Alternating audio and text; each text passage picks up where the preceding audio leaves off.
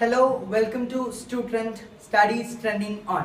അപ്പം നമ്മൾ ഇന്ന് പറയാൻ പോകുന്നത് ബോട്ടണിയാണ്. ബോട്ടണിയിൽ സെക്കൻഡ് ചാപ്റ്റർ ആണ് sexual reproduction in flowering plants. ഈ ചാപ്റ്റർ നമ്മളൊന്ന് നിർത്തിവെച്ച ചാപ്റ്റർ ആയിരുന്നു. ബാക്കിയുള്ള ചാപ്റ്റേഴ്സ് ഒക്കെ കുറച്ചൊക്കെ എടുത്തിട്ടുണ്ടായിരുന്നു. സോ സെക്കൻഡ് ചാപ്റ്റർ ആണ് ഞാനപ്പം അത് പറയണം. കുറച്ച് വലിയൊരു ചാപ്റ്റർ ആണിത്.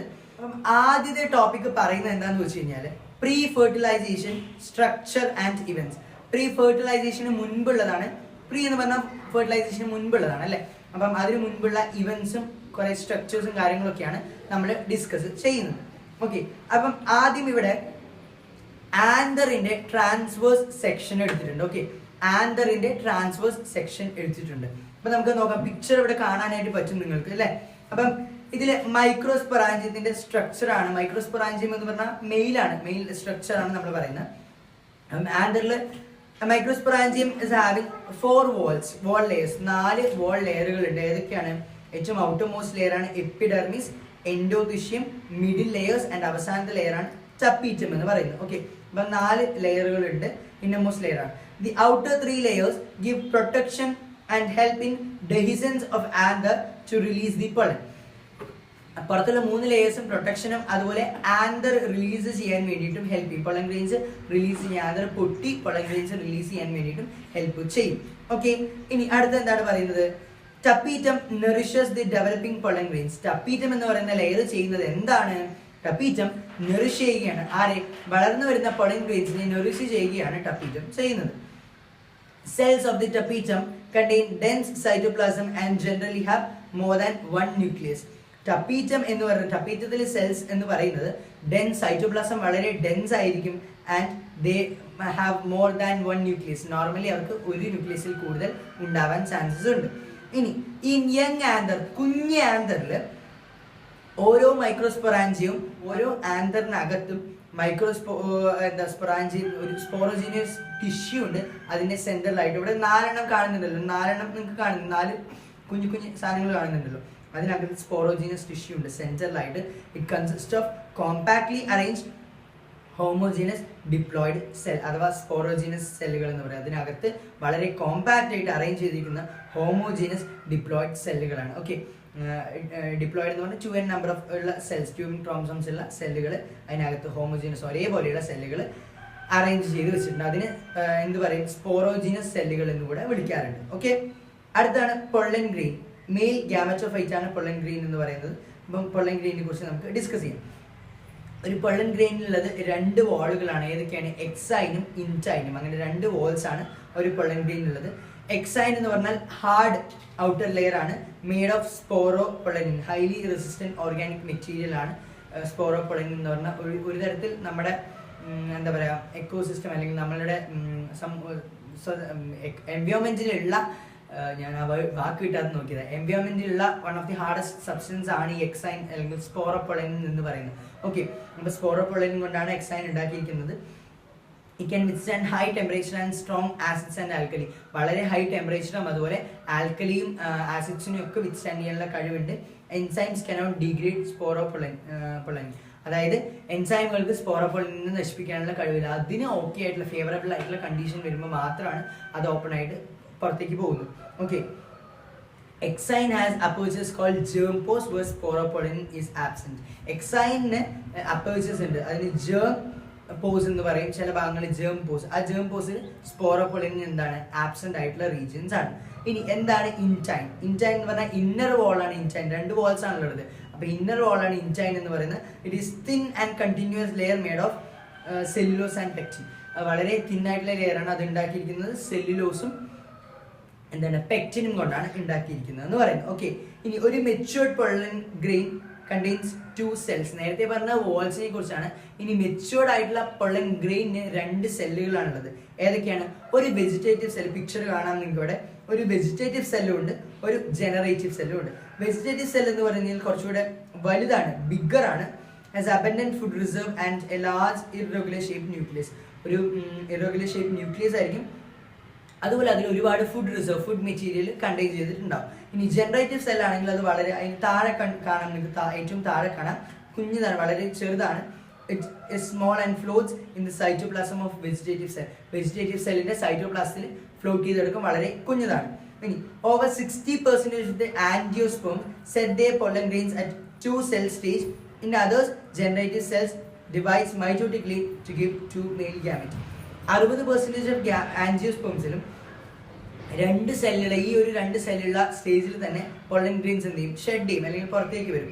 ബാക്കിയുള്ളതിലൊക്കെ ജനറേറ്റീവ് സെല്ല് മൈറ്റോട്ടിക്കലി ഡിവൈഡ് ചെയ്ത് രണ്ട് ഗ്യാമേറ്റ്സ് ഉണ്ടാവും. മൈറ്റോട്ടിക്കലി മിയോസിസ് എല്ലാം മൈറ്റോട്ടിക്കലി ഡിവിഷൻ നടന്നിട്ട് രണ്ട് ഗ്യാമേറ്റ്സ് മെയിൽ ഗ്യാമേറ്റ്സ് ഉണ്ടാവും.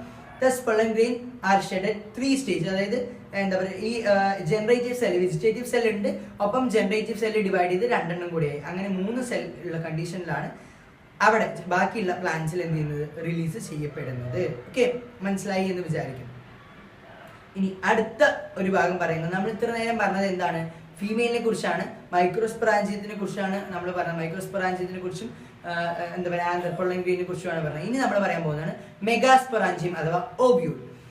Ovule is attached to the placenta by a stalk അഥവാ ഫ്യൂണിക്കിൾ എന്ന് പറയും. ഓവ്യൂൾ എന്ന് പറയുന്നത് പ്ലാസെന്റയിലേക്ക് അറ്റാച്ച് ചെയ്തിരിക്കുന്നത്, നമ്മളിലും അങ്ങനെ തന്നെയാണ്, ഓവറി അറ്റാച്ച് പ്ലാസെന്റയിലേക്ക് അറ്റാച്ച് ചെയ്തിരിക്കുന്നത്. ഇവിടെ ഓവ്യൂളാണ്, ഓവ്യൂൾ അറ്റാച്ച് ചെയ്തിരിക്കുന്ന സ്റ്റോക്ക് വഴിയാണ്, അതിന് ഫ്യൂണിക്കിൾ എന്ന് പറയും. നിങ്ങൾക്ക് പിക്ചറിൽ കാണാനായിട്ട് പറ്റും. അതിന്റെ പാർട്സ് ഒക്കെ നിർബന്ധമായിട്ടും പഠിച്ചു വെക്കുക, എക്സാമിന് ചോദിക്കാൻ ചാൻസ് ഉണ്ട്. Junction between body of ovule and funicle is called hilum. അതായത് നമ്മൾ പറഞ്ഞല്ലോ പ്ലാസെന്റയിലേക്ക് അറ്റാച്ച് ചെയ്തിരിക്കുന്ന സ്റ്റോക്കാണ് അതിന് ഫ്യൂണിക്കിൾ എന്ന് പറയുന്നത് പറഞ്ഞല്ലോ. ആ ഫ്യൂണിക്കിളിന്റെയും ഇതിന്റെ ബോഡിയും തമ്മിലുള്ള ഭാഗത്തിനെ പറയുന്നതാണ് ഹൈലം. അതിന്റെ സെപ്പറേഷനെ പറയുന്നതാണ് ഹൈലം, ജംഗ്ഷൻ.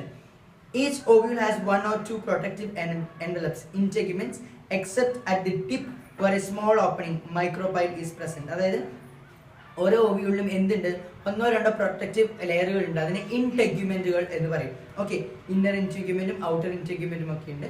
സോ അത് എവിടെയാണ് ആബ്സെന്റ്, മൈക്രോപൈലർ എൻഡിൽ, അതായത് മുകൾ ഭാഗത്തിനാണ് നമ്മൾ എന്ത് പറയാം, മൈക്രോപൈൽ എന്ന് പറയാം, താഴ് ഭാഗത്തിന് ചലാസൽ എൻഡ് എന്ന് പറയും. സോ മൈക്രോപൈലർ എൻഡിൽ മാത്രം ഒരു കുഞ്ഞു ഓപ്പണിംഗ് ഉണ്ട്, അതിന് മൈക്രോപൈൽ എന്ന് പറയും. ആ ഭാഗത്ത് മാത്രം എന്ത് ആബ്സെന്റ് ആയിരിക്കും, ഇൻടെഗ്യുമെന്റുകൾ ആബ്സെന്റ് ആയിരിക്കും. Okay, opposite the micropylar end is chalazal. താഴെ ഞാൻ പറഞ്ഞു, ഇതാണ് മൈക്രോപൈലർ എങ്കിൽ താഴത്തെയാണ് chalazal end. Enclosed with the integuments there is a mass of cells called nucellus. ഈ ഇന്റഗ്യുമെന്റ്സ് കഴിഞ്ഞു കഴിഞ്ഞാൽ അകത്തുള്ള സെൽസിനെ പറയുന്നതാണ് ന്യൂസെല്ലസ്. ഒരു മാസ് സെല്ലാണ് ന്യൂസെല്ലസ് എന്ന് പറയും. It contain reserve food materials store ചെയ്ത് വെച്ചിരിക്കുകയാണ് അവിടെ, അതിന് ന്യൂസെല്ലസ് എന്ന് പറയും. Inside the nucellus is the embryo sac. ഈ ന്യൂസെല്ലസിന് അകത്താണ് എന്തുള്ളത്, എംബ്രിയോ സാക്ക് ഉള്ളത്. സോ ന്യൂസെല്ലസ് എംബ്രിയോ സാക്കിന് വേണ്ട ഫുഡ് മെറ്റീരിയൽസ് കൊടുക്കും എന്നുള്ളതാണ്.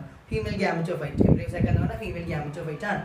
ഓക്കെ, അടുത്തതാണ് മെഗാസ്പോറോജെൻസിസ്. മെഗാസ്പോറുകൾ ഉണ്ടാവുന്നത് എങ്ങനെയാണ് എന്നുള്ളതാണ് പറയുന്നത്. It is the formation of megaspores from megaspore mother cell. Megaspore mother സെല്ലിൽ നിന്ന് മെഗാസ്പോറുകൾ ഉണ്ടാവുന്ന പ്രോസസ്സിനെയാണ് എന്ത് പറയുന്നത്, മെഗാസ്പോറോജെനിസിസ് എന്ന് പറയുന്നത്. ഓവ്യൂൾസ് ജനറലി അതായത് ഡിഫറൻഷിയേറ്റ് ചെയ്യുന്ന എവിടെ വെച്ചിട്ടാണ്, മൈക്രോപൈലാർ റീജിയനിലാണ്. ന്യൂസെല്ലസിന്റെ മൈക്രോപൈലാർ റീജിയനിൽ വെച്ച് ഡിഫറൻഷിയേറ്റ് ചെയ്യും. It is large cell containing dense cytoplasm and prominent nucleus. അതിൽ ഒരുപാട് എന്തുണ്ട്, ലാർജ് സെൽ, വലിയൊരു സെല്ലാണ്, അതിൽ ഒരുപാട് സൈറ്റോപ്ലാസം, ഡെൻസ് സൈറ്റോപ്ലാസം കൊണ്ട് ഒരു വലിയ ന്യൂക്ലിയസും ഉണ്ട്. ഇനി MMC എന്ന് പറഞ്ഞു കഴിഞ്ഞാൽ എന്താ, മെഗാസ്പോർ മദർ സെല്ലിനെയാണ് MMC എന്ന് പറയുന്നത്. MMC undergoes meiosis to produce 4 megaspore. 4 മെഗാസ്പോറുകൾ പ്രൊഡ്യൂസ് ചെയ്യാൻ വേണ്ടി MMC എന്ത് ചെയ്യും, മിയോസിസ് നടക്കും. ഞാൻ നേരത്തെ പറഞ്ഞല്ലോ ഇത് വലിയൊരു സെല്ലാണ്, അതിന് it is a large cell containing dense cytoplasm and prominent nucleus എന്ന് പറഞ്ഞില്ല, അത് MMC മെഗാസ്പോർ മദർ സെല്ലിനെ കുറിച്ചാട്ടോ പറയുന്നത്. So MMC undergoes meiosis to produce 4 megaspore. Sexual cell division നടക്കും, മിയോസിസ് നടന്ന് 4 മെഗാസ്പോറുകൾ ഉണ്ടാവും. അടുത്താണ് formation of female gametophyte. Embryo സാക്കിന്റെ ഫോർമേഷനെ കുറിച്ചാണ് അടുത്തത് പറയുന്നത്. In majority of flowering plants, normally ഉള്ള എല്ലാ ഫ്ലവറിംഗ് പ്ലാന്റ്സിലും 1 megaspore is functional while the other 3 ഡീജനറേറ്റ്സ്. ഒരു മെഗാസ്പോർ മാത്രമാണ് ഫങ്ഷണൽ ആയിരിക്കുക, ബാക്കി 3 എന്ത് ചെയ്യും, ഡീജനറേറ്റ് ചെയ്ത് പോകും, നശിച്ചു പോകും. The functional megaspore develops into female gametophyte. ഈ ഫങ്ഷണൽ ആയിട്ടുള്ള ഒരു മെഗാസ്പോർ ഉണ്ടല്ലോ, ഇതാണ് ഫീമെയിൽ ഗാമറ്റോഫൈറ്റ് അഥവാ എംബ്രിയോ സാക്ക് ആയിട്ട് മാറുന്നത്. The embryo sac formation from a single megaspore is called monosporic development. ഒരു സിംഗിൾ ആയിട്ടുള്ള എന്താ പറയാ മെഗാസ്പോറിൽ നിന്നാണ് എംബ്രിയോ സാക്ക് ഉണ്ടാവുന്നതെങ്കിൽ, സിംഗിൾ ആയിട്ടുള്ള മെഗാസ്പോറിൽ നിന്നാണ് എംബ്രിയോ സാക്ക് ഉണ്ടാവുന്നതെങ്കിൽ അതിന് എന്ത് പറയും, മോണോസ്പോറിക് ഡെവലപ്മെന്റ് എന്ന് പറയും. ഓക്കെ, മനസ്സിലായോ, മോണോസ്പോറിക് ഡെവലപ്മെന്റ് എന്നാണ് പറയുന്നത്. ഇനി nucleus of the functional megaspore divides mitotically to form 2 nuclei. അതായത് നമ്മൾ ഈ പറഞ്ഞല്ലോ മെഗാസ്പോർ ഉണ്ടായി എന്ന് പറഞ്ഞല്ലോ, ഈ മെഗാസ്പോറിന്റെ ന്യൂക്ലിയസ് എന്ത് ചെയ്യും, ഡിവൈഡ് ചെയ്ത് 2 ന്യൂക്ലിയ ആയിട്ട് മാറും. they move towards the opposite poles forming two nucleate embryo sac. ഇത് ഓപ്പോസിറ്റ് പോൾസിലേക്ക് മൂവ് ചെയ്യുന്നിട്ട് രണ്ട് ന്യൂക്ലിയസ് ഉള്ള ഒരു എംബ്രിയോ സാക്ക് ആയിട്ട് മാറും. ഇനി the nuclei again divides 2 times forming 4 nucleates and 8 nucleate stages of the embryo sac. ഈ ന്യൂക്ലിയസ് രണ്ടെണ്ണം ഉണ്ടായെന്ന് പറഞ്ഞില്ല, ഇത് വീണ്ടും 2 തവണയും കൂടി ഡിവൈഡ് ചെയ്യും, എന്നിട്ട് 4 പിന്നെ 8, അങ്ങനെ 8 ന്യൂക്ലിയസ് ഉള്ള ഒരു സെല്ലായിട്ട് മാറും. ഓക്കെ, എംബ്രിയോ സാക്ക് എന്ന് പറയുന്നത് 8 ന്യൂക്ലിയസ് ഉള്ള ഒരു സെല്ലായിട്ട് മാറും. നിങ്ങൾക്ക് കാണാം, after the 8th nucleate stage cell walls are laid down leading the organization of a typical female gametophyte. Cell wall ഒക്കെ വന്ന് ഒരു ടിപ്പിക്കൽ ഗാമറ്റോഫൈറ്റ്, ഫീമെയിൽ ഗാമറ്റോഫൈറ്റ് ആയിട്ട് മാറും.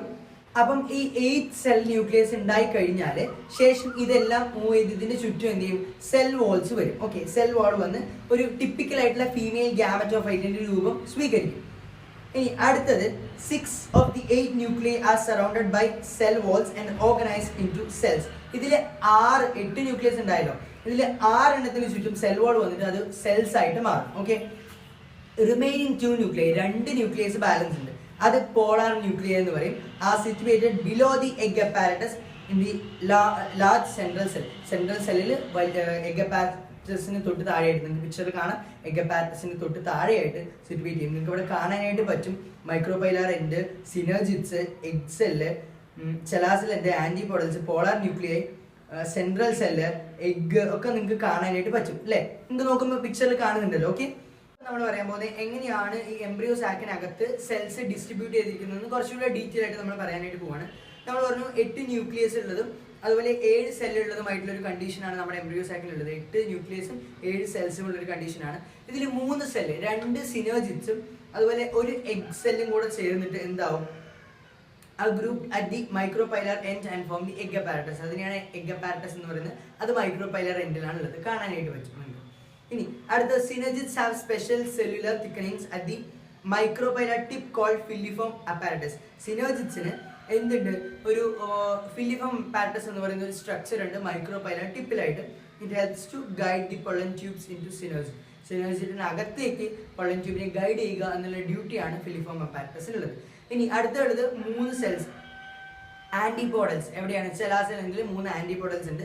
A large central cell with 2 polar nuclei. അങ്ങനെ 8 cells വന്നു. 2 polar nuclei എവിടെയാണ്, central സെല്ലിനകത്ത് കാണാം. Okay, ഇനി അടുത്തതാണ് പോളിനേഷൻ. എന്താണ് പോളിനേഷൻ അഥവാ പരാഗണം അല്ലെ? എന്താണ് പരാഗണം? It is a transfer of pollen grains from anther to the stigma of pistil. അതായത് ആന്തറിൽ നിന്ന് പൊളൻ ഗ്രെയിൻസ് പിസ്റ്റിലിന്റെ സ്റ്റിഗ്മയിലേക്ക് ട്രാൻസ്ഫർ ചെയ്യുന്ന പ്രോസസ്സിനെയാണ് പോളിനേഷൻ എന്ന് പറയുന്നത്. Based on the source of pollen, pollination are 3 types. So പൊളന്റെ സോഴ്സിനനുസരിച്ച്, പൊളൻ ഗ്രെയിൻ എവിടെ നിന്ന് വരുന്നു എന്നതിനനുസരിച്ച് 3 ടൈപ്സ് ആണ് പോളിനേഷൻ എന്ന് പറയുന്നത്. അതിൽ ആദ്യത്തെയാണ് ഓട്ടോഗമി അഥവാ self pollination. Self pollination, it is the transfer of pollen grain from the anther to stigma of the same flower. Same ഫ്ലവറിന്റെ ആന്തറിൽ നിന്ന് സ്റ്റിഗ്മയിലേക്ക് പൊളൻ ഗ്രെയിൻസ് ട്രാൻസ്ഫർ ചെയ്യുന്നതിനെയാണ് എന്ത് പറയാ, ഓട്ടോഗമി എന്ന് പറയാം. In flowers with exposed anthers and stigma, complete autogamy is rare. അതിന്റെ എക്സ്പോസ്ഡ് ആയിട്ടുള്ള ആന്തേഴ്സും സ്റ്റിഗ്മയും ഒക്കെ ഉള്ളതിൽ കംപ്ലീറ്റ് ആയിട്ട് ഓട്ടോഗമി അതായത് സെൽഫ് പോളിനേഷൻ നടക്കുന്നത് റെയർ ആണ്. അതിൽ ക്രോസ് പോളിനേഷനും ഒക്കെ നടക്കാറുണ്ട്. Autogamy in such flowers requires synchrony in pollen release and stigma receptivity. അതായത് അങ്ങനെയുള്ള ഫ്ലവേഴ്സിൽ റിസെപ്റ്റിവിറ്റി അതായത് സിൻക്രണി വേണം, അത് രണ്ടും ഒരുമിച്ച് നടക്കണം. സ്റ്റിഗ്മയുടെ റിസെപ്റ്റിവിറ്റിയും ആന്തർ റിലീസ് ചെയ്യുന്ന ടൈം രണ്ടും ഒരേ ടൈമിലായിരിക്കണം. അങ്ങനെയെങ്കിൽ മാത്രമേ അവിടെ എന്ത് നടക്കൂ, സെൽഫ് പോളിനേഷൻ നടക്കുള്ളൂ. Also anthers and stigma should be close to each other, നല്ലോണം ക്ലോസ് ആയിരിക്കും. ഇനി വോയോള അതായത് കോമൺ പാൻസി, വോയോള അതുപോലെ ഓക്സാലിസും കമനിലിന അങ്ങനെയുള്ള പ്ലാന്റ്സ് ഒക്കെ 2 ടൈപ്സ് ഓഫ് ഫ്ലവേഴ്സ് ഉണ്ടാക്കുന്നുണ്ട്. ഏതൊക്കെയാണ്, ചാസ്മോഗ്യാമസ് ഫ്ലവേഴ്സും ക്ലീസ്റ്റോഗ്യാമസ് ഫ്ലവേഴ്സും. ഓട്ടോഗമി എന്ന് പറയുന്നതിന്റെ സെക്ഷന്റെ അടിയിൽ പറയുന്നതാണ് കേട്ടോ ഇത്, chasmogamous flowers and cleistogamous flowers. എന്താണ് ചാസ്മോഗ്യാമസ് ഫ്ലവേഴ്സ് എന്ന് പറഞ്ഞാൽ, they are similar to flowers of the other species with exposed anthers and stigma. ബാക്കിയുള്ള സ്പീഷീസിലുള്ള ഫ്ലവേഴ്സിൽ എക്സ്പോസ്ഡ് ആന്തറും സ്റ്റിഗ്മയും ഉള്ള എന്താ പറയുക ഫ്ലവേഴ്സിനോട് അത് സിമിലർ ആണ്. ഇനി ക്ലീസ്റ്റോഗ്യാമസ് ഫ്ലവേഴ്സ് എന്ന് പറഞ്ഞു കഴിഞ്ഞാൽ they do not open at all. അവരെന്ത് ചെയ്യുന്നില്ല, ഓപ്പണേ ചെയ്യുന്നില്ല, ഒരിക്കലും ഓപ്പൺ ചെയ്യുന്നില്ല. Anthers are stigma like close to each other. ആന്തറും സ്റ്റിഗ്മയും വളരെ ക്ലോസ് ആയിട്ടായിരിക്കും ഇരിക്കുക. They are ഓട്ടോഗ്യാമസ്. അവർ പ്യൂർലി ഓട്ടോഗ്യാമസ് ആയിരിക്കും. കാര്യം തുറക്കാത്തത് കൊണ്ട് തന്നെ അവിടെ തന്നെ വെച്ച് എന്ത് ചെയ്യും, ഫെർട്ടിലൈസേഷൻ നടക്കും. അതിൽ തന്നെ ഒരു സെയിം ഫ്ലവറിൽ തന്നെ ഫെർട്ടിലൈസേഷൻ നടക്കുകയാണ് ചെയ്യുക. When anthers dehiscise in the flower buds, pollen grains come into contact with stigma for pollination. Anther dehisce ചെയ്യുന്ന സമയത്ത് സ്റ്റിഗ്മയുമായിട്ട് കോൺടാക്റ്റിൽ വരും pollen grains, അങ്ങനെ പോളിനേഷൻ നടക്കും. Cleistogamous flowers produce assured seed set even in absence of pollinators. Pollinators ഇല്ലെങ്കിൽ പോലും cleistogamous flowers എന്ത് ചെയ്യും, അഷ്വർഡ് ആയിട്ട് ഒരു സീഡ് സെറ്റ് ഉറപ്പായിട്ടും സീഡ്സ് പ്രൊഡ്യൂസ് ചെയ്യും. ഇനി cleistogamy leads to inbreeding depression, അതായത് വെറൈറ്റീസ് ഉണ്ടാവാത്ത ഒരു സിറ്റുവേഷനിലേക്ക് ക്ലീസ്റ്റോഗ്യാമി നയിക്കും. കാര്യം സെയിം ആയിട്ടുള്ള ആ ഒരു പ്രോസസ്സ് തന്നെ കണ്ടിന്യൂ ചെയ്തു പോകണം. വേറെ വെറൈറ്റീസ് ഒന്നും വന്ന് അല്ലെങ്കിൽ വേറെ pollen grains ഒന്നും വന്ന് വീഴുന്നില്ല. ഹൈബ്രിഡ് വെറൈറ്റീസ് ഉണ്ടാവാനുള്ള ചാൻസസ് ഒന്നും ഇല്ല. ഇനി അടുത്താണ് ഗിയറ്റോണോഗമി. ആദ്യം നമ്മൾ പറഞ്ഞു ഓട്ടോഗമി. ഓട്ടോഗമിയുടെ അണ്ടറിലാണ് ചാസ്മോഗ്യാമസ് ആൻഡ് ക്ലീസ്റ്റോഗ്യാമസ് പറഞ്ഞത്. അടുത്തതാണ് ഗിയറ്റോണോഗമി എന്ന് പറയുന്നത്. It is the transfer of pollen grains from the anther to the stigma of another flower of the same plant. അതായത് ഒരു സെയിം ഫ്ലവർ പ്ലാന്റിൽ ഒരു ഫ്ലവറിൽ നിന്ന് ആന്തർ മറ്റൊരു ഫ്ലവറിലേക്ക് ട്രാൻസ്ഫർ ചെയ്യപ്പെടുന്ന പ്രോസസ്സിനെയാണ് ഗിയറ്റോണോഗമി എന്ന് പറയുക. അതും ജനറ്റിക്കലി ഓട്ടോഗമിയുമായിട്ട് സിമിലർ ആയതുകൊണ്ട് തന്നെ അതും ഇൻബ്രീഡിംഗ് ഡിപ്രഷൻ ഉണ്ടാകും. പ്രത്യേകിച്ച് വെറൈറ്റി വ്യത്യാസങ്ങളൊന്നും വരുത്തില്ലല്ലോ. സോ അതും സിമിലർ ആണ്, ഓട്ടോഗമിയായിട്ട് സിമിലർ ആണ്. ഇനി അടുത്താണ് സെനോഗമി. സെനോഗമി എന്ന് പറഞ്ഞു കഴിഞ്ഞാൽ ഒരു പ്ലാന്റിന്റെ ഫ്ലവറിൽ നിന്ന് വേറൊരു പ്ലാന്റിലേക്ക് ട്രാൻസ്ഫർ ചെയ്യുക. ഡിഫറെൻ്റ് ആയിരിക്കും. അതെന്താ വെറൈറ്റി എന്താ പറയുക, ജനറ്റിക്കലി ഡിഫറെൻ്റ് ആയതുകൊണ്ട് തന്നെ വെറൈറ്റീസ് ഉണ്ടാക്കും, ജനറ്റിക് വേരിയേഷൻസിന് ഹെൽപ്പ് ചെയ്യും. ഓക്കെ, അതാണ് സെനോഗമി എന്ന് പറയുന്നത്. ഇനി അടുത്താണ് ഏജൻസ് ഓഫ് പോളിനേഷൻ. ഏതൊക്കെ ഏജൻസ് വഴിയാണ് പോളിനേഷൻ നടക്കുന്നത്? ഇത് ഒരുപാട് തവണ റിപ്പീറ്റ് ചെയ്ത് ചോദിച്ചിട്ടുള്ള ചോദ്യങ്ങളാണ്. ആദ്യത്തെയാണ് പോളിനേഷൻ ബൈ വിൻഡ്, അനെമോഫിലി എന്ന് പറയും. മോർ കോമൺ അബയോട്ടിക് ഏജന്റ്, അതായത് അബയോട്ടിക് ഏജൻസിൽ മോസ്റ്റ് കോമൺ ആണ് വിൻഡ് എന്ന് പറയുന്നത്. Wind pollinated flowers often have single ovule in each ovary and numerous flowers packed into an inflorescence. അതായത് സിംഗിൾ ഓവ്യൂൾ, ഓരോ ഓവറിലും സിംഗിൾ ഓവ്യൂൾ ഉണ്ടാവും. Flowers എന്ന് പറഞ്ഞാൽ ഇൻഫ്ലോറസൻസ്, കൂട്ടായിട്ട് കെട്ടായിട്ട് പാക്ക് ചെയ്തിട്ടായിരിക്കും ഉണ്ടാവുക എന്ന് പറയുന്നത്. ഓക്കെ, ഇനി എക്സാമ്പിൾ കോൺകോബ് എക്സാമ്പിൾ ആണ്. The tassels are the stigma and style which wave in the wind to trap pollen grains. കോൺകോബ് ആണ് എക്സാമ്പിൾ. അതിൽ എന്താ പറയുക, സ്റ്റിഗ്മ ഇങ്ങനെ ആടിക്കൊണ്ടിരിക്കും. കാര്യം കാറ്റ് വരുന്ന സമയത്ത് അത് സ്റ്റിക്ക് ചെയ്യാൻ വേണ്ടിയിട്ട്, pollen grains അതിലേക്ക് സ്റ്റിക്ക് ചെയ്യാൻ വേണ്ടി അത് ആടിക്കൊണ്ടിരിക്കും. ഓക്കെ, pollen grainsനെ ട്രാപ്പ് ചെയ്യാൻ വേണ്ടിയിട്ട്. Wind pollination is quite common in grasses. ചോദിക്കാറുണ്ട്, ഗ്രാസുകളിൽ കോമൺ ആയിട്ട് നടക്കുന്ന പോളിനേഷൻ ഏതാണത്? വിൻഡ് പോളിനേഷൻ ആണ്. ഇനി എന്തൊക്കെയാണ് അതിന്റെ ഫീച്ചേഴ്സ് എന്നുള്ളൊരു ചോദ്യം വരാറുണ്ട്. ആ ഫീച്ചേഴ്സ് പഠിച്ചു വെക്കുക. ഒന്ന്, ഫ്ലവേഴ്സ് എന്ന് പറഞ്ഞാൽ എനോർമസ് ആയിട്ടുള്ള പൊള്ളൻ പ്രൊഡ്യൂസ് ചെയ്യും, ഒരുപാട് പൊള്ളൻ പ്രൊഡ്യൂസ് ചെയ്യും. കാരണം കാറ്റത്ത് പറന്നു പോകേണ്ടതാണ്. സോ ഒന്നോ രണ്ടെണ്ണോ ഒന്നും പോലെ ഒരുപാട് പൊള്ളൻ ഗ്രെയിൻസ് പ്രൊഡ്യൂസ് ചെയ്യും. ഇനി പൊള്ളൻ ഗ്രെയിൻസ് എന്ന് പറഞ്ഞാൽ ലൈറ്റ് ആയിരിക്കും, നോൺ സ്റ്റിക്കി ആയിരിക്കും, എവിടെയും ഒട്ടുന്നതായിരിക്കില്ല. കാറ്റത്ത് പറന്നു പോകാൻ വേണ്ടി വളരെ ലൈറ്റ് വെയിറ്റ് ആയിരിക്കും. ഇനി they often possess well exposed stamens. Stamens വളരെ എക്സ്പോസ്ഡ് ആയിരിക്കും, പുറത്തേക്ക് എക്സ്പോസ്ഡ് ആയിരിക്കും. എന്തിനാന്ന് ചോദിച്ചു കഴിഞ്ഞാൽ easy dispersion of pollen into wind currents. വിൻഡിലേക്ക് പൊള്ളൻസ് എളുപ്പം പറത്തിവിടാനായിട്ട് വളരെ എക്സ്പോസ്ഡ് ആയിട്ടായിരിക്കും ഇരിക്കുന്നുണ്ടാവുക. ഇനി ലാർജ്, വലിയ ഫെദറി സ്റ്റിഗ്മ ആയിരിക്കും. ഫെദറി സ്റ്റിഗ്മ ഉണ്ടാവാൻ കാര്യം ഈ പൊള്ളൻസ് വന്നതിൽ സ്റ്റിക്ക് ചെയ്യാൻ വേണ്ടിയിട്ടാണ്. ടു ട്രാപ്പ് എയർബോൺ പൊള്ളൻ ഗ്രെയിൻസിനെ ട്രാപ്പ് ചെയ്യാൻ വേണ്ടിയിട്ട്. ഓക്കെ, അതാണ് അപ്പം നമ്മൾ എന്ത് പറയുന്നത്, വിൻഡിന്റെ അനെമോഫിലിയിൽ പറയുന്നത്. അടുത്താണ് പോളിനേഷൻ ബൈ വാട്ടർ, ഹൈഡ്രോഫിലി. ഇതൊക്കെ അബയോട്ടിക് ഏജൻസിനെ കുറിച്ചാട്ടോ പറയുന്നത്. ഇനി ബയോട്ടിക് ഏജൻസ് വേറെ വരുന്നുണ്ട്. വാട്ടർ എന്ന് പറയുന്നത് റെയർ ആയിട്ടാണ് നടക്കുന്നത്. അത് ഒരു 30 ജനറിലേക്ക് എന്താണ് ലിമിറ്റഡ് ആണ്. മോസ്റ്റ്ലി മോണോകോട്ടിലിഡൻസ് ആണ് താനും ഇതൊക്കെ. വാലിസ്നേറിയയുടെ പിക്ചർ ഞാൻ കാണിച്ചു തരുന്നതാണ്. വാലിസ്നേറിയ നിങ്ങൾക്ക് നോക്കുമ്പോൾ മനസ്സിലാവുന്നുണ്ടാവും. അതുപോലെ ഹൈഡ്രില്ല ഫ്രഷ് വാട്ടറിലാണ് കാണുന്നത്. അതുപോലെ സൂസ്റ്റെറ, മറൈൻ സീ ഗ്രാസസ് ആണ്.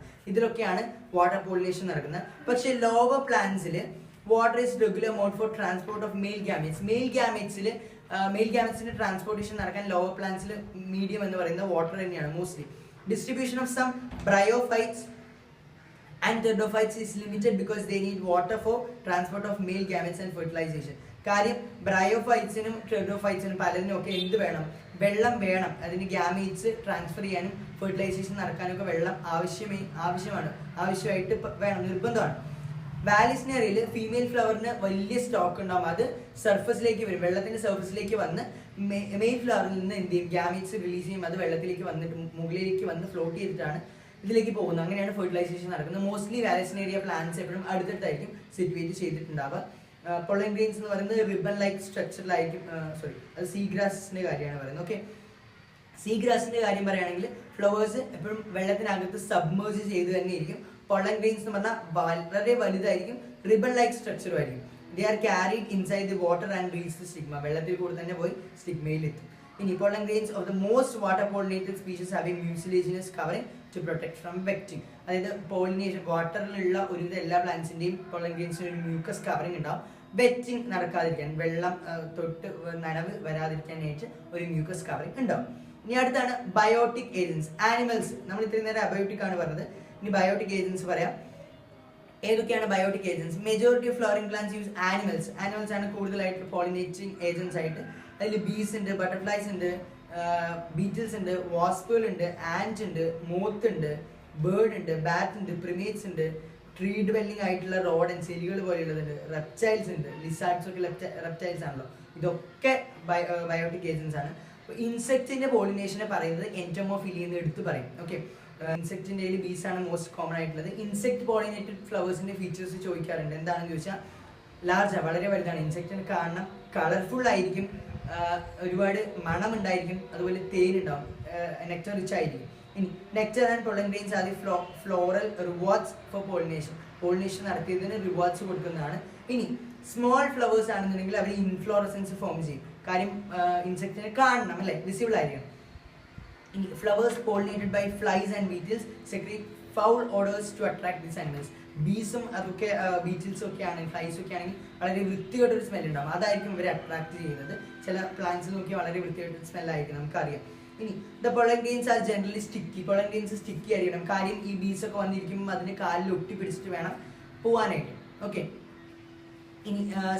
ഇനി അടുത്ത് പറയുന്നത് വെച്ചാൽ ചില പ്ലാന്റ്സ് സേഫ് പ്ലേസസ് പ്രൊവൈഡ് ചെയ്യുന്നുണ്ട്. അവർക്ക് എഗ് ലേ ചെയ്യാൻ വേണ്ടി ചില പ്ലേസസ് പ്രൊവൈഡ് ചെയ്യാറും ഉണ്ട്. അമോർഫോ ഫാലസിനെ കുറിച്ചാണ് പറയുന്നത്. അമോർഫോ ഫാലസ് എന്ന് പറഞ്ഞാൽ ടോളസ്റ്റ് ഫ്ലവർ ആണ്, 6 feet ഒക്കെയുള്ള ഫ്ലവർ ആണ്. അത് അങ്ങനെയുള്ള ഒരു പ്ലേസ് പ്രൊവൈഡ് ചെയ്യാറുണ്ട്. ഇനി ചില ഇൻസെക്റ്റുകൾ പൊള്ളനും നെക്ടറും കൺസ്യൂം ചെയ്യുകയും ചെയ്യും, പക്ഷെ പോളിനേഷൻ നടത്തുകയും ഇല്ല. അങ്ങനെയുള്ളവർ എന്ത് പറയും? പൊള്ളൻ അഥവാ നെക്ടർ റോബേഴ്സ് എന്ന് പറയും. റോബ് എന്ന് പറഞ്ഞാൽ കക്കുക എന്നുള്ളതാണല്ലോ, കളവ് ചെയ്യാം. സോ അങ്ങനെ പറയും. അടുത്താണ് ആർട്ടിഫിഷ്യൽ ഹൈബ്രിഡൈസേഷൻ എന്ന് പറയുന്ന ഒരു ടോപ്പിക്. ഓക്കെ, എന്താണ് ആർട്ടിഫിഷ്യൽ ഹൈബ്രിഡൈസേഷൻ? നമ്മൾ ചെയ്യുന്ന ഹൈബ്രിഡൈസേഷൻ ആണ് ആർട്ടിഫിഷ്യൽ ഹൈബ്രിഡൈസേഷൻ എന്ന് പറയുക. ക്രോപ്പ് ഇംപ്രൂവ്മെന്റ് പ്രോഗ്രാമിന്റെ ഒരു ഭാഗമാണ്. നമുക്ക് ഡിസൈറബിൾ ക്വാളിറ്റീസ് ഉള്ള പ്ലാന്റ്സ് ഒക്കെ പ്രൊഡ്യൂസ് ചെയ്യാൻ വളരെ ഹെൽപ്ഫുൾ ആണ് ആർട്ടിഫിഷ്യൽ ഹൈബ്രിഡൈസേഷൻ. അതിൽ കുറച്ച് സ്റ്റെപ്സ് ഉണ്ട്. അപ്പോൾ ആദ്യത്തെ സ്റ്റെപ്പ് എന്ന് പറയുന്നത് ഇമാസ്കുലേഷൻ ആണ്. ഇത് ചോദിക്കാറുണ്ട് എക്സാമിന്. ഇമാസ്കുലേഷൻ എന്ന് പറഞ്ഞാൽ ആന്തേഴ്സിനെ റിമൂവ് ചെയ്യുന്നു. ബൈസെക്ഷൽ ഫ്ലവറിൽ നിന്ന് ആന്തറിനെ റിമൂവ് ചെയ്യുന്നു, എന്നിട്ട് അതിനെ ഫീമെയിൽ പ്ലാന്റ് ആക്കി മാറ്റുകയാണ്. ആന്തറിനെ റിമൂവ് ചെയ്ത് കഴിഞ്ഞാൽ പിന്നെ ഫീമെയിൽ ഫ്ലവർ മാത്രമേ ഉണ്ടാവുള്ളൂ. സോ അങ്ങനെയായി. ഇനി അടുത്ത് ബാഗിങ്.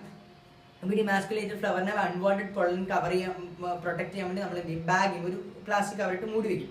ഇനി അടുത്ത പോളിനേഷൻ. വേറെ ഒരു പ്ലാന്റിൽ നിന്ന് നമ്മൾ ആന്തേഴ്സ് പൊള്ളൻ കളക്ട് ചെയ്ത് സ്റ്റിഗ്മയിൽ കൊണ്ടുവന്ന് ടെസ്റ്റ് ചെയ്യും. ഇനി അടുത്താണ് റീബാഗിങ്. വീണ്ടും ഇതിനെ ബാഗ് ചെയ്ത് വെക്കും. വേറെ എന്താ പറയുക, ഒന്നും വന്ന് കിട്ടാതിരിക്കാൻ, വേറെ പോളിനേറ്റേഴ്സ് അല്ലെങ്കിൽ വേറെ എന്താ പറയുക പൊള്ളൻ ഗ്രെയിൻസ് ഒന്നും വന്ന് വീഴാതിരിക്കാൻ. അത് ശേഷം അത് ഫ്രൂട്ടായിട്ട് ഡെവലപ്പ് ചെയ്യും. ഇതാണ് അതിലെ പ്രോസസ്സ്, 4 സ്റ്റെപ്സ് എന്ന് പറയുന്നത്. ഓക്കെ, അപ്പം ഹൈബ്രിഡൈസേഷൻ സ്റ്റെപ്സ് പറഞ്ഞു. ഇനി അടുത്താണ് ഡബിൾ ഫെർട്ടിലൈസേഷൻ. എന്താണ് ഡബിൾ ഫെർട്ടിലൈസേഷൻ? നോർമലി നടക്കുന്ന ഫെർട്ടിലൈസേഷനോട് ഒന്നും കൂടെ നടക്കുന്നതിനെയാണ് ഡബിൾ ഫെർട്ടിലൈസേഷൻ എന്ന് പറയുന്നത്. അതായത് നമ്മൾ നേരത്തെ പറഞ്ഞല്ലോ, സിനർജിഡിന്റെ കാര്യമൊക്കെ പറഞ്ഞല്ലോ. അപ്പോൾ സിനർജിഡിലേക്ക് പൊള്ളൻ ഗ്രെയിൻസ് കയറി കഴിഞ്ഞ ശേഷം release 2 male gametes, 2 male gamete എന്ത് ചെയ്യും? റിലീസ് ചെയ്യും സൈറ്റോപ്ലാസത്തിലേക്ക്. 1 male gamete move towards this egg cell and fuses with it. എക്സെല്ലുമായിട്ട്, അതായത് 2 റിലീസ് ചെയ്തല്ലോ, 2 മെയിൽ ഗ്യാമറ്റ് റിലീസ് ചെയ്ത് ഇതിൽ 1 മെയിൽ ഗ്യാമറ്റ് എക്സെല്ലുമായിട്ട് എന്ത് ചെയ്യും? കൂടിച്ചേർന്ന് കമ്പൈൻ ചെയ്തിട്ട് സിംഗമി ഫെർട്ടിലൈസേഷൻ നടക്കും ടു ഫോം സൈഗോട്ട് ഉണ്ടാവും. ഇനി other male gamete move towards 2 polar ന്യൂക്ലിയുമായി കമ്പൈൻ ചെയ്തിട്ട് എന്തുണ്ടാവും? അവിടെ എൻഡോസ്പേം ഉണ്ടാവും, പ്രൈമറി എൻഡോസ്പേം ന്യൂക്ലിയസ് ഉണ്ടാവും, PEN. ഇത് വളർന്നു വരുന്ന സൈഗോട്ടിന് എന്ത് ചെയ്യുന്നു? ന്യൂട്രീഷൻ പ്രൊവൈഡ് ചെയ്യുന്നു. അതാണ് ഇതിന്റെ പ്രോസസ്സ് എന്ന് പറയുന്നത്. അപ്പം ഇവിടെ ട്രിപ്പിൾ ഫ്യൂഷൻ എന്നാണ് ഇതിനെ പറയുക. കാര്യം അതിന് 3 ഹാപ്ലോയിഡ് ന്യൂക്ലിയസ് ആണ് ഉണ്ടാവുക, അതുകൊണ്ട് അതിന് ട്രിപ്പിൾ ഫ്യൂഷൻ എന്ന് പറയുന്നത്. ഇതിന് എൻഡോസ്പേമിൽ 3 ഹാപ്ലോയിഡ് ന്യൂക്ലിയസ് ഉണ്ടാവും, അതുകൊണ്ട് ട്രിപ്പിൾ ഫ്യൂഷൻ എന്ന് പറയുന്നു. ഓക്കെ, ഇനി അടുത്ത എന്താണ്? ഇതില് സിംഗമിയും ട്രിപ്പിൾ ഫ്യൂഷനും, അങ്ങനെ 2 ടൈപ്പ് ഓഫ് ഫ്യൂഷൻസ് നടക്കുന്നത് കൊണ്ട് ഡബിൾ ഫെർട്ടിലൈസേഷൻ എന്ന് പറയുന്നു. ഓക്കെ, അതിലേ ഉള്ളൂ, സിമ്പിൾ ആണ്. അപ്പോൾ ഈ ഇവന്റ് എന്ന് പറയുന്നത് ഫ്ലവറിംഗ് ഗ്ലാൻസിലുള്ള ഇവന്റുമായിട്ട് എന്താണ്? സിമിലാരിറ്റി കാണിക്കുന്നതാണ്. ഓക്കെ, ഇനി the central cell after triple fusion. നമ്മുടെ ഈ സെൻട്രൽ സെൽ ഉണ്ടല്ലോ, ഈ central cell after triple fusion primary endosperm cell ആയിട്ട് മാറും. ഓക്കെ, പ്രൈമറി എൻഡോസ്പേം സെൽ അഥവാ PEC ആയിട്ട് മാറും. And develops into the endosperm while the zygote develops into an embryo. അപ്പൊ അങ്ങനെ സൈഗോട്ട് എംബ്രിയോ ആയി ഡെവലപ്പ് ചെയ്യുമ്പോൾ ഈ സെല്ല് എൻഡോസ്പം ആയിട്ട് മാറും. ഇതാണ് പ്രോസസ്സ് നടക്കുന്നത്. ഓക്കെ, ഇനി അടുത്തതാണ് post fertilisation structures and events. നമ്മൾ ആദ്യം പറഞ്ഞ പ്രീ ഫെർട്ടിലൈസേഷന്റെ കാര്യം നമ്മൾ പറഞ്ഞിരുന്നു അല്ലെ. ഇനി പറയാൻ പോകുന്നതാണ് പോസ്റ്റ് ഫെർട്ടിലൈസേഷൻ. ഫെർട്ടിലൈസേഷൻ കഴിഞ്ഞിട്ടുണ്ടാവുന്ന സ്ട്രക്ചേഴ്സ് ആൻഡ് ഇവന്റ്സിനെ കുറിച്ചാണ് നമ്മൾ പറയാനായിട്ട് പോകുന്നത്. അതിൽ ആദ്യത്തെയാണ് എംബ്രിയോ ഡെവലപ്മെന്റ്. ശേഷം എംബ്രിയോ ഉണ്ടാവുന്നു. സോ എംബ്രിയോന്റെ ഡെവലപ്മെന്റ് എങ്ങനെയാണ് നടക്കുന്നത് എന്നുള്ളത് നമുക്ക് നോക്കാം. ഓക്കെ, അപ്പോൾ embryo develops at the micropylar end of the embryo sac where the zygote is situated. Zygote situate ചെയ്തിരിക്കുന്ന എവിടെയാണ്? നമ്മൾ പറഞ്ഞു മൈക്രോപൈലർ എൻഡിലാണ് അല്ലേ. സോ മൈക്രോപൈലർ എൻഡിൽ പതുക്കെ സൈഗോട്ട് വലുതായി എംബ്രിയോ ആയിട്ട് മാറി തുടങ്ങും. ഇനി most zygotes divide only after the formation of some endosperm. Normally എല്ലാ സൈഗോട്ടുകളും കുറച്ചെങ്കിലും എൻഡോസ്പെം ഉണ്ടായ ശേഷമാണ് വളരുക. അതിന് കാരണം എന്താണെന്ന് വെച്ച് കഴിഞ്ഞാൽ അവർക്ക് വളരുന്ന സമയത്ത് ന്യൂട്രീഷൻ ആവശ്യമാണ്. സോ എൻഡോസ്പം ആണ് ന്യൂട്രീഷൻ പ്രൊവൈഡ് ചെയ്യുന്നത്. സോ കുറച്ചെങ്കിലും എൻഡോസ്പം ഫോം ചെയ്ത ശേഷമായിരിക്കും നോർമലി എംബ്രിയോസ് ഡെവലപ്പ് ചെയ്യുക. ഇനി എങ്ങനെയാണ് ഇൻ മോണോകോട്സ് ആൻഡ് ഡൈകോട്സ്? മോണോകോട്സിലും ഡൈകോട്സിലും seeds differ greatly but embryogeny is similar. അതായത് മോണോകോട്ടും ഡൈകോട്ടും എടുക്കുകയാണെങ്കിൽ സീഡിന്റെ സ്ട്രക്ചർ ഒക്കെ നോക്കുമ്പോൾ നല്ല വ്യത്യാസമുണ്ട്.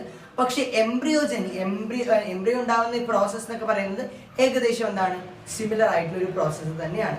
എങ്ങനെയാണ് ഉണ്ടാവുന്നത് നമുക്ക് നോക്കാം. അതിന്റെ പ്രോസസ്സ് അത് പഠിച്ചു വെക്കുക.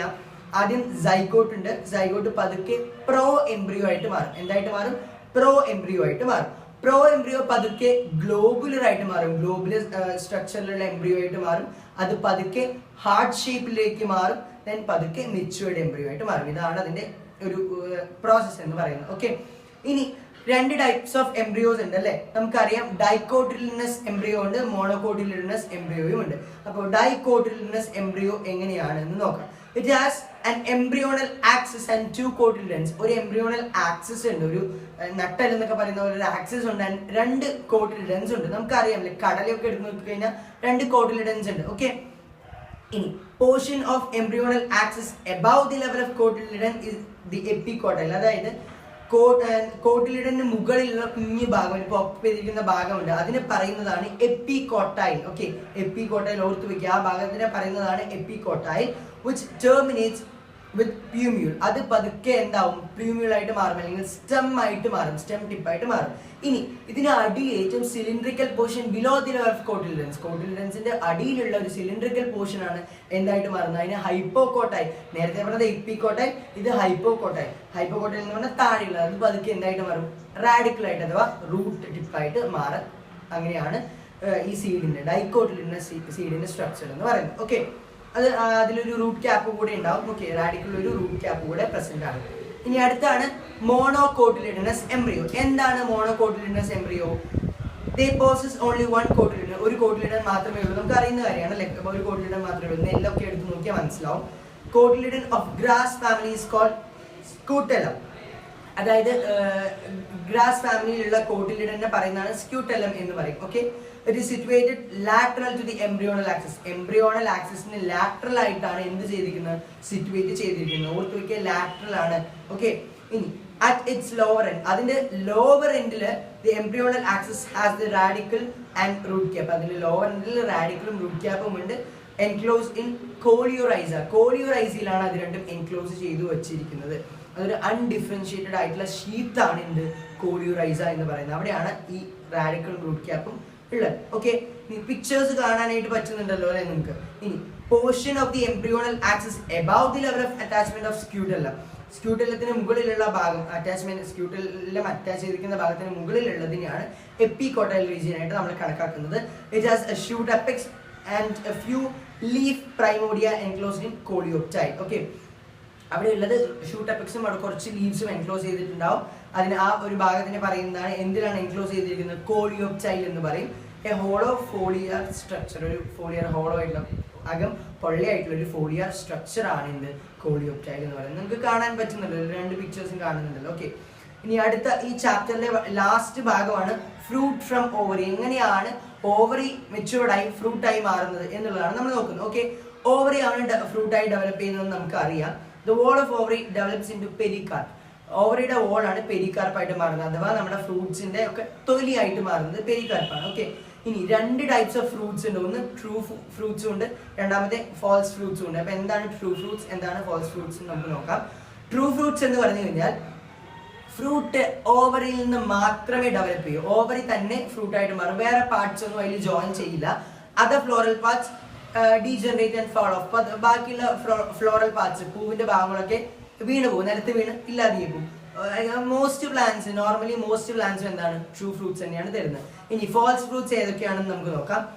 In this thalamus contributes to the fruit formation. നമ്മുടെ ഫ്ലവറിന്റെ തലാമസും കൂടെ ഫ്രൂട്ട് ഫോർമേഷന്റെ ഭാഗമായിട്ട് മാറും. എക്സാമ്പിൾ ആപ്പിൾ, അതുപോലെ സ്ട്രോബെറി, കാഷ്യൂ, ഇതൊക്കെ എന്താ നമ്മളുടെ തലാമസ് കൂടെ കോൺട്രിബ്യൂട്ട് ചെയ്തിട്ടാണ് ഫ്രൂട്ട് ആയിട്ട് മാറുന്നത്.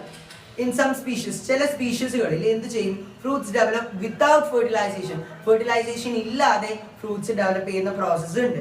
Okay, such fruits are called parthenocarpic fruits. നമ്മൾ പാർത്തനോകാർപ്പിക് ഫ്രൂട്ട്സ് എന്ന് പറയും അതിന്. അങ്ങനെയുള്ള ഫ്രൂട്ട്സിനെ ബനാനയൊക്കെ അതിന് എക്സാമ്പിൾ ആണ്. ബനാനയ്ക്കൊന്നും വിത്തില്ലല്ലോ, ഫെർട്ടിലൈസേഷൻ നടക്കാത്തത് കൊണ്ടാണ് അതില്ലാത്തത്.